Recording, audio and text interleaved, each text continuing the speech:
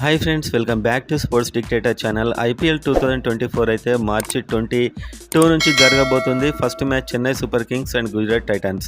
So ఈ match అయితే జరగబోతుంది అండ్ ఎస్ఆర్హెచ్ టీం అయితే ఈసారి చాలా ఛాలెంజింగ్స్ ఎదుర్కోబోతుంది. ఎందుకో చూసే ముందు ఐపీఎల్ ఫ్యాన్స్ అంతా వీడియోని లైక్ చేయండి, మెయిన్గా ఎస్ఆర్హెచ్ ఫ్యాన్స్, అండ్ అదేవిధంగా సబ్స్క్రైబ్ చేసుకోండి. ఫెంటాస్టిక్ అప్డేట్స్ ఎస్ఆర్హెచ్ గురించి అండ్ ఐపీఎల్ గురించి మన ఛానల్లో ఉంటాయి. అండ్ ఈసారి ఓపెనర్స్గా ఎవరు వస్తే బాగుంటుందనే ఒక సబ్జెక్ట్ మీద మీరు కామెంట్ చేయండి, నాకు ఫీడ్బ్యాక్గా ఉంటుంది అది. అండ్ అదేవిధంగా మీరు ప్లేయింగ్ ఎలెవెన్ కూడా టైప్ చేయొచ్చు. సో మనం చూస్తే ఈసారి ఐపీఎల్లో సన్ రైజ్ హైదరాబాద్కి అయితే హెన్రిచ్ క్లాసెన్ బ్యాటింగ్ ఇది హైలైట్గా ఉండబోతుంది. ఎందుకంటే ఈ ఇయర్ అంతా ఇతడు రికార్డ్స్ కొల్లగొడుతున్నాడు అన్ని లీగ్స్లో. సో ఇతను చెలరేగితే మాత్రం ఆపేవారు ఉండరు ఎస్ఆర్హెచ్ని అని చెప్పుకోవచ్చు. అండ్ ఓపెనర్స్గా ఎవరు వస్తారు అనేది చాలా ఉత్కంఠగా ఉంది. ఎందుకంటే మనకు ఓవర్సీస్ ప్లేయర్స్ కేవలం 4 అలో చేస్తారు, విదేశీ ప్లేయర్స్ని. అందులో మనకు ఇప్పుడు ట్రావిస్ హెడ్ని తీసుకుంటే అడ్జస్ట్ చేయడం కష్టంగా ఉంటుంది.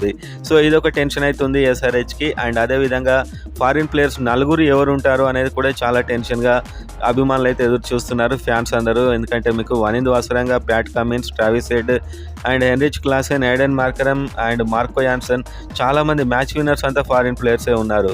అండ్ అదేవిధంగా స్పిన్నర్స్ డిపార్ట్మెంట్లో వనింద్ వాసరంగని తీసుకుంటే ఎలా ఉంటుంది, మయాంక్ మార్కండే ఉన్నాడు and Jathavedh Subramanyan and Washington Sundar.